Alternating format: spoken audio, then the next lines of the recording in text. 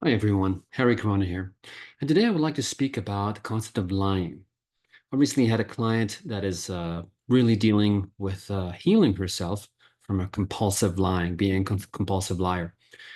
So let me take a deeper dive on this and really explore this further because it's important to understand, distinguish some main concept and reasons why people lie. So first of all, we know that no, we all have as general social rule of not lying because it's not good, and it's really difficult to communicate and have a relationship with someone who lies all the time. So, in general, as a rule, we have "Thou shalt not lie." Now, the thing about it is, it's a little too broad and too overarching without really taking care of things that are beneath it. So I'll give you an example. If you are throwing a party, a surprise party to your friend, and you are lying to them that you are gonna just go out or go to a friend just to hang out a little bit, and then everybody's waiting there and everybody's cheering, everybody's happy, the person is surprised and happy and feel loved and cared for. Now, we all know it's a lie, but it is easily forgiven because you know it was for the better good, for the higher good of the person, and know it to give them that sense of surprise. So it's important to know that not all lying and not saying truth is not necessarily a bad thing if you are putting into a very specific context of those things. So, and it's a very deep kind of again philosophical topic here of what will be a good lie and what will be a unacceptable lie. I can do a whole thing just about that. But to take it further here, it's important to know that, for example, if you think about like not saying truth all the time is also something that we, again, as long as we have this general contract of agreeing upon something, will agree to have something that is not a full truth. For example, writing a book that is fiction, any kind of fiction book, is a lie. It's not truth. So are we condemning all authors as liars? No, because they are there to tell a story.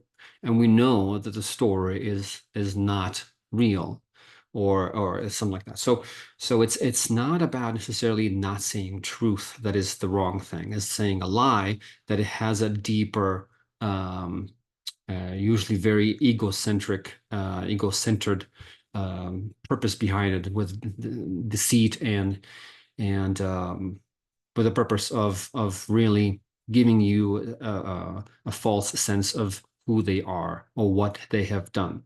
So it's about behavior and about deeds and about thoughts and things like that. So it's important to distinguish between the two. Again, this deeper conversations we can have with it, but it's important to know that not all untruths are necessarily lies or bad lies. And so it's important to know the difference. And I think we know as a society we have that common sense of knowing, okay, when is it acceptable and when it is not acceptable.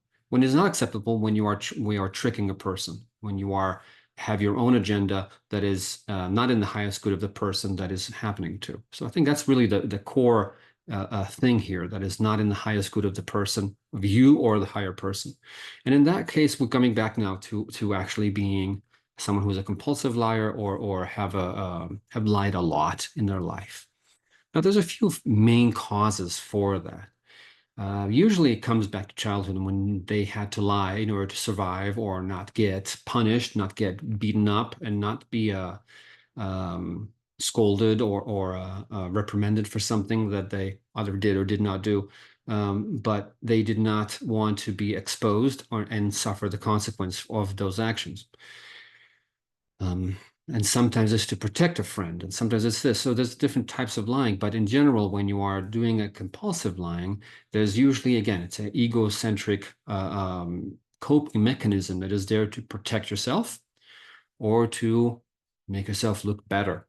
So those are the two different aspects of that, the main reasons of lying, either to protect yourself from harm, consequences, um, or punishment. And the other one is that part of trying to make yourself look better, to elevate yourself socially.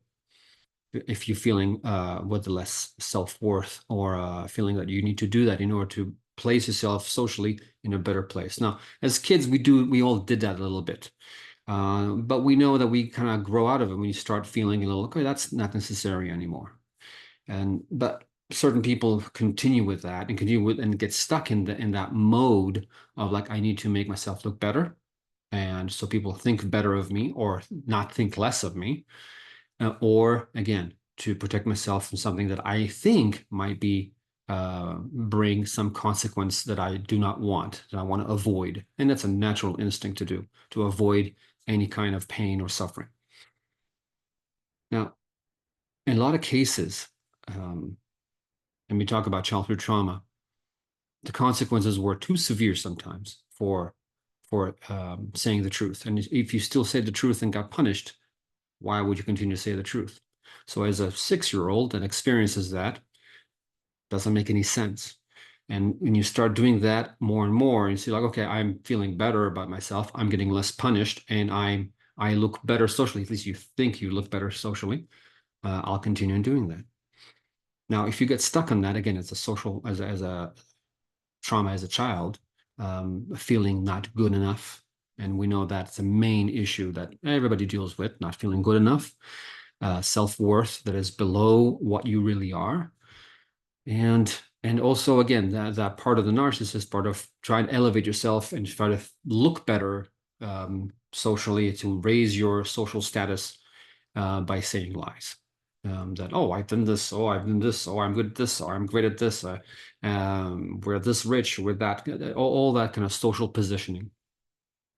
So when you encounter someone who is lying, try to see that part beyond that, and understand that there's other reasons. The deeper reasons could be trauma, could be deeper aspects in this that have not healed yet, that it causes them to be that way. So be a little more forgiving, less rigid around it, and try to help them feel more accepted, because that's one of the main issues, for not being accepted for who they are, for their authentic self.